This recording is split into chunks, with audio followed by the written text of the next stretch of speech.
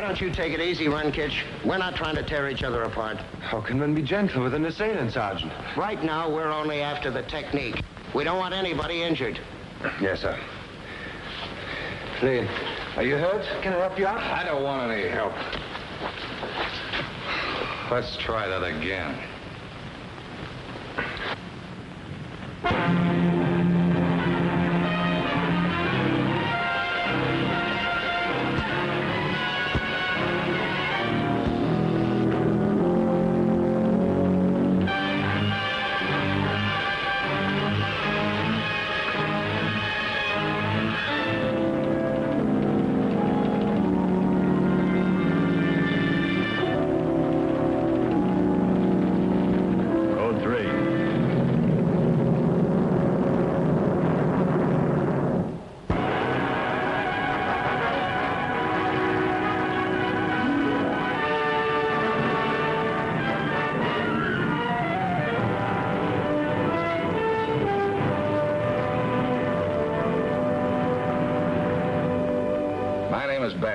Assistant Sheriff, Los Angeles County. You know, there's a lot more to a good deputy than his physical fitness, his uniform, or his badge. There are personal qualities that are so important they can make or break a peace officer. This story about the Sheriff's Academy will show you what I mean.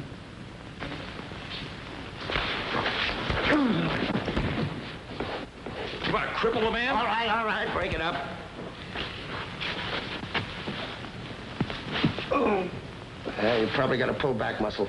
You'll be all right by tomorrow. What's this guy trying to do? Make us all look like stupid, incompetent fools, all except him? All right, now, all right. Take a 10-minute break. I want to talk to you in my office. Yes, sir. Well, I wish you would visit the academy. It would give us a chance to talk about it personally.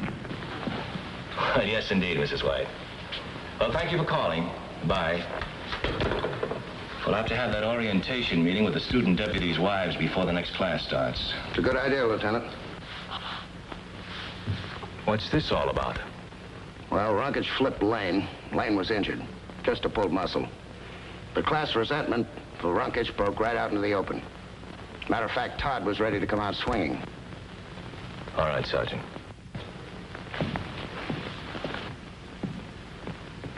Thank you, sir. What about this? Lieutenant, I cannot understand these men. Well, the men can't understand you either. But I learned in the Czech underground that unless a man strives for mental and physical superiority, he has no chance to survive. We're training American peace officers, not one-man armies for any underground. But the peace officer, too, Lieutenant, should be stronger than the next man. He should be more clever. He should be a leader of all men, should he not? He should. If you mean a leader by serving rather than dominating other men, yes. Lieutenant, will a master be inclined to obey his servant? We Americans think he will, if the servant is protecting his right to be master. Look, you lived under the oppression of two separate police-state governments in Europe. Yes, I did, sir. I saw the Nazis take my father out of our house into a nearby field and shoot him. He was a brave man, but he wasn't clever enough.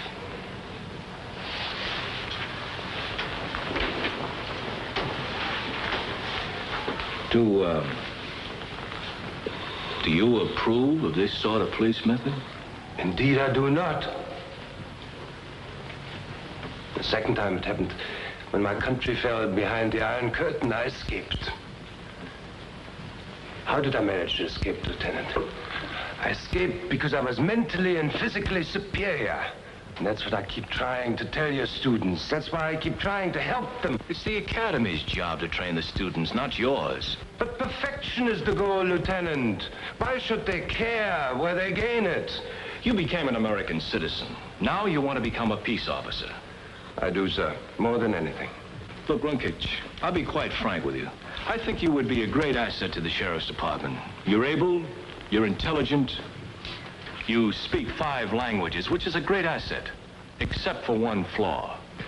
Yes, I know, sir. My age. No, not your age. You are older than the other students, yes. But that could be to your advantage, too. How do you mean, sir? To protect the rights and property of the free man, an officer must have the ability to gain the trust and respect of the citizens as well as the fellow officers. Yes, I do see that. Being older should have helped you gain the respect of at least the other student deputies. It hasn't. But if they would only Just one moment, please.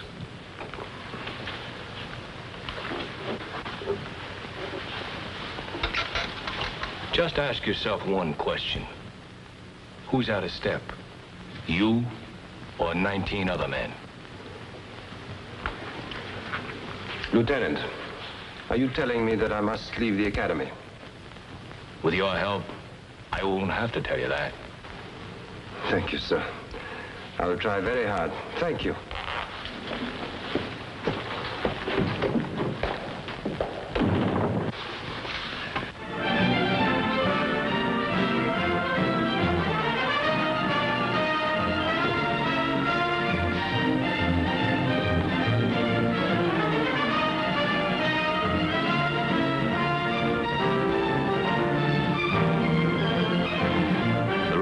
Students at the academy are deputy sheriff recruits beginning their probationary period with the department. After passing written, oral, and physical examinations, the recruits come to the academy for a concentrated 6 weeks course.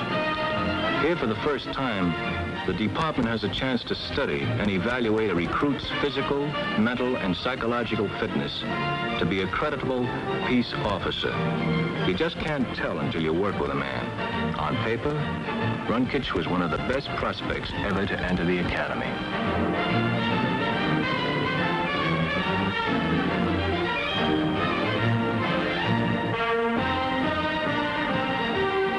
This is the first half of time fire.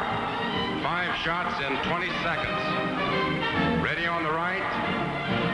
Ready on the left. Ready on the firing line.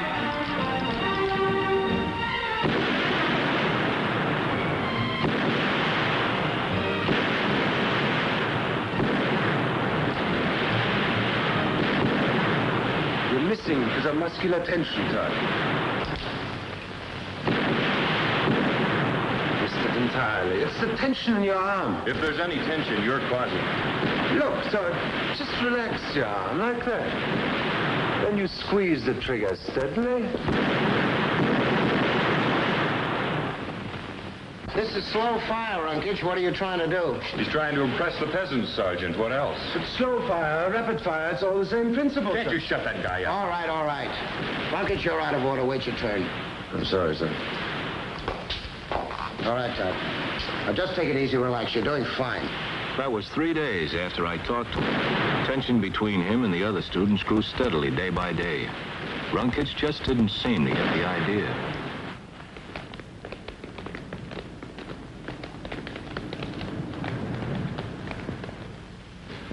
And remember that. There's some cause responsible for every fire, accident or arson. Are there any questions?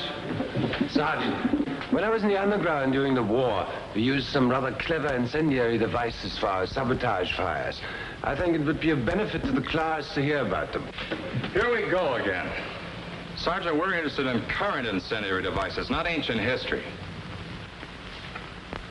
Sergeant, you said a set was a place where a fire was started. By now, the students have become deliberately rude to Runkich. Sergeant Nelson told me he, too, was finally ready to give up. But I wasn't. Not yet. Your station assignment for radio car instruction is car 142. Yes, sir.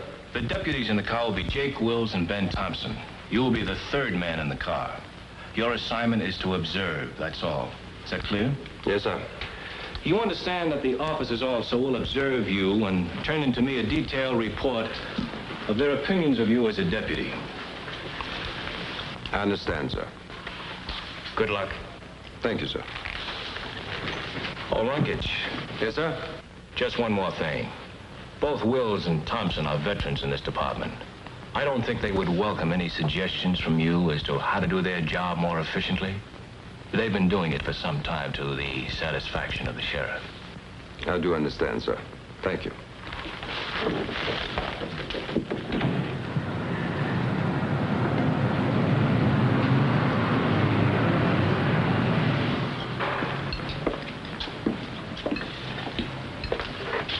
How's the pie, Buster? Daphne, I told you before. You keep calling me Buster, I'm going to start calling you Daffy. What's wrong with your friend? Don't he eat? I'm not hungry, thank you. Oh, he has an accent. Yes, I believe I have. What you trying to do, Buster? Glamorize the department? Runkich there is a new man from the academy. New? At his age? Well, since I'm not eating, I think I'll wait for you in the car, just in case you're calling us. Relax, Runkage. We checked out with the dispatcher. Sit down, boy. Have a sinker or a slice of pie. Thank you. I'll wait out in the car. Long night ahead, Runkage. What's the matter with him? He's scared of girls or something? Oh, he's okay. Kind of quiet. Those guys from Europe, always so different. Oh, he's all right. Let him sit out there and listen to the radio calls. Won't hurt him any. They're calling us. What is it? A disturbance, 800 Glover Street. That's near Johnson's.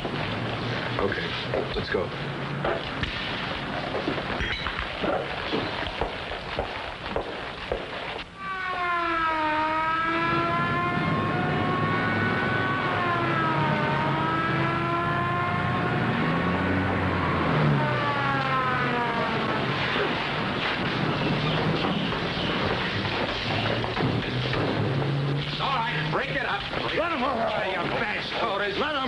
Had it coming. Oh, yeah?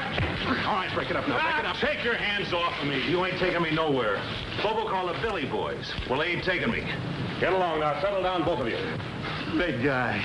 Big guy. Take off that circus suit and I'll beat you into a butterball. I know, Bobo, I know. You go on home now. Yeah, why? Go on. Go on. Ah, Mitch is scared stiff of you guys. I never seen one of you sheriff clowns that ain't all blubber under his circus suit. Okay, go on, Bobo. Come on, Bobo. I know where Mitch lives. If they paid you off your weight in lard, you'd be a millionaire. Now, what circus let you out? You miserable creature. You're a disgrace to the country you live in. Get out of my sight. Go on. Get out of here. Look at him. He's a strong-arm Hitler Nazi.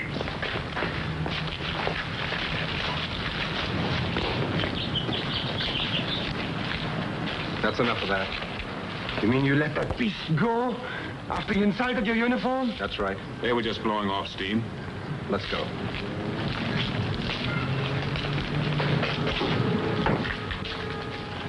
They'll never respect you or the law. Never. Not until you teach them. By beating it into them? I don't know what country you come from, boy. But over here, peace officers never harangue a crowd. That's the last thing you should ever do.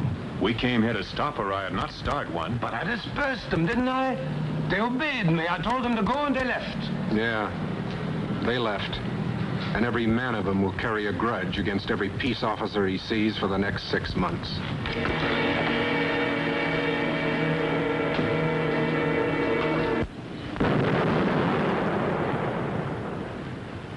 With the help of Army ordnance, our student deputies learn about demolitions.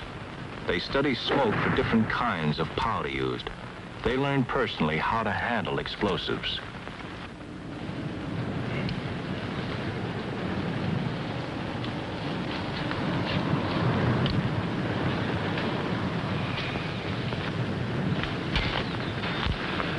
I can handle it.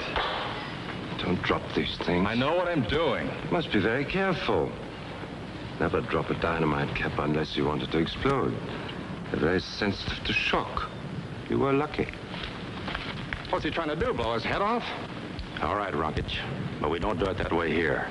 I was only crimping the cap. He was biting it to crimp it? But we always did it like that in the underground. I know. And that's the way the old miners used to do it, and still do. But we want you to do it our way. The way the Army Ordnance instructor showed you. All right, sir. Now, come on, I'll show you how it's done.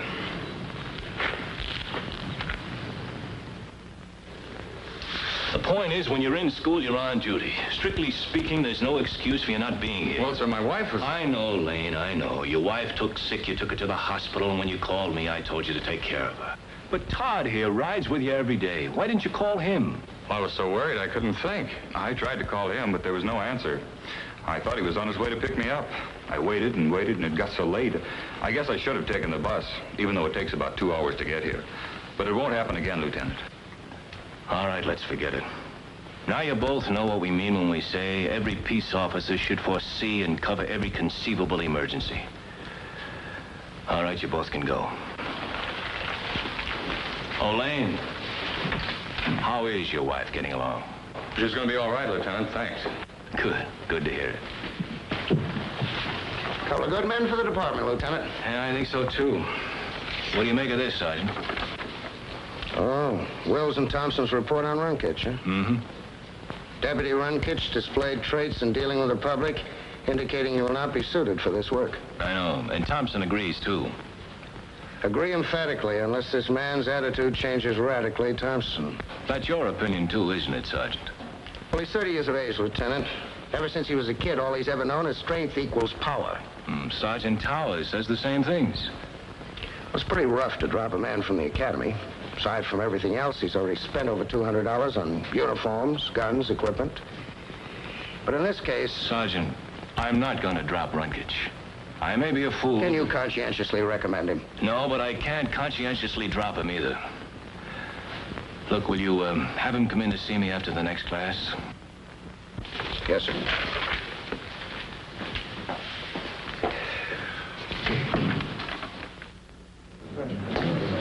You're right, Sergeant Towers. Absolutely right about the methods in the police state. You know, I could have given that lecture myself. Yes, I imagine with your experience you would qualify on that subject. May I add just one thing, Sergeant?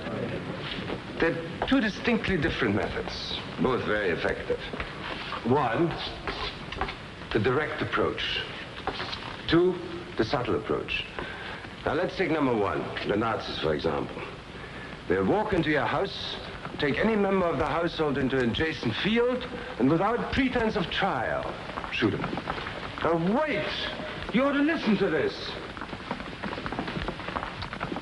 Wait, listen!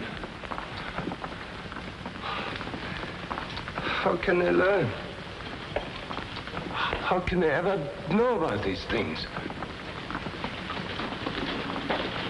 Runkitch, Lieutenant Adams would like to see you. Yes. Yes, I want to see Lieutenant Adams, too.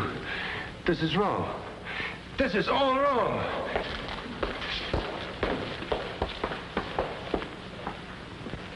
Well, yes, Captain, we believe that sending them out on department business is a very important part of their training. 16 men? Yes, sir. You want them Saturday morning at 8 o'clock. Good. They'll be there. Goodbye, Captain. Lieutenant, Oh, control yourself, Runkitch. Lieutenant, of all your students, I am the only one who knows that the American way of life is the finest in the world. The students know it, too. But will they listen? No. What I have to tell them might someday help them to preserve this way of life. But will they listen? No. They won't listen to you until they can respect you. In this country, strength alone is not enough to earn the respect of men. Why can't you understand that, Runkitch? In this country, strength must serve, but never command. Respect. Last night, I saw 3 Americans insult their peace officers. Is that respect? In a manner of speaking, yes.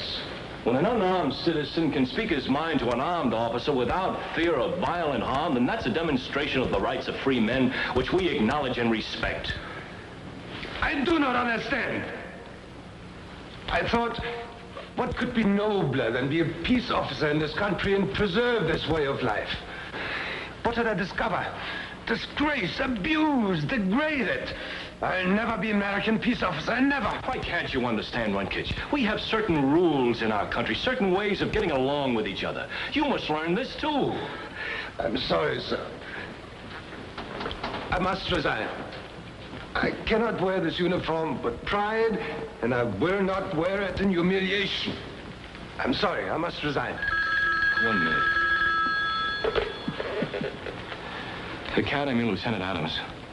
Oh, yes, Captain. What? Hungarian? Well, why don't you call a foreign relation man? Oh, that's right, he did go back east. Well, no, Captain, we don't have anybody here who speaks Hungarian. I speak it, sir. Well, I know it's a rough situation, but I'm sure you'll be able to find an interpreter someplace. I speak Hungarian, Lieutenant. Yes, I understand, Captain, but Just a minute, Captain. What did you say? I said, I speak Hungarian, sir.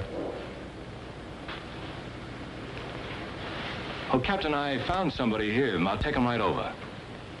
Good. A man and his wife are barricaded themselves in the house. Can't or won't speak English. Do you mind if I bring along a couple of the students, Lieutenant? No, it's all right. Let's go, Ricketts.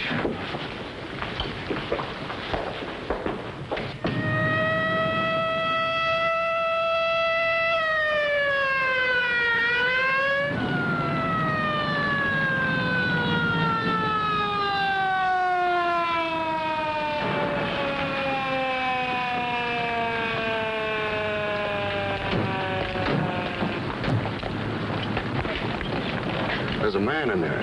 His son is in custody, a burglary suspect. We have a warrant to search the house, but every time an officer steps onto the front walk, the man shouts, I shoot, I shoot. You want my man to talk to on the public address system? Well, we can try it. Lieutenant, may I try something first? All right, but take care of yourself. All right, sir.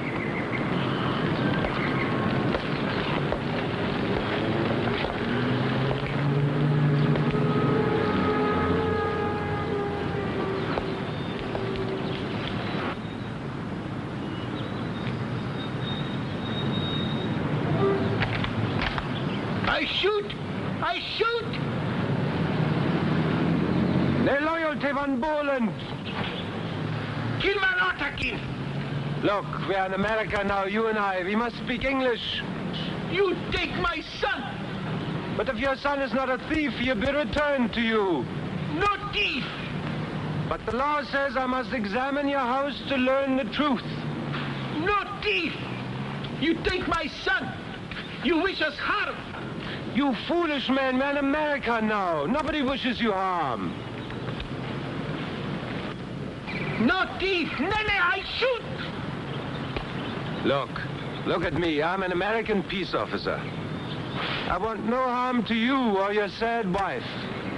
I wish no harm to your son, but I must examine your house now. Look how patient we are with you. Your eyes are weak. Your mind is thick and stubborn. If we wished harm to you, why wouldn't we fire all our guns at once and burn your house? Go away! I kill! I'll tell you once more. I'm an American peace officer who knows how to shoot very quickly and very straight. But my gun is in my holster. My duty is to keep you from harm. What you must learn, little father, is that in this country we do not use force. We have learned to live together and to trust and respect one another. And now I'll come in.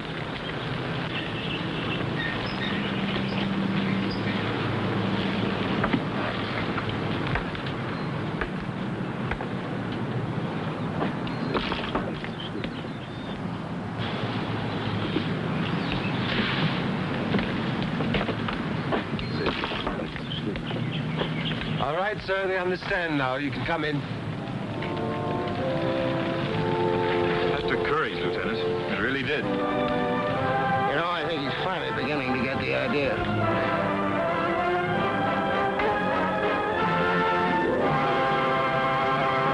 Say that Deputy Ronkage has been with us now for several years, and we think he's a fine example of a peace officer. It's interesting to see how many new men turn to him for advice and extra training. They say he's the most soft-spoken and understanding teacher they've ever known.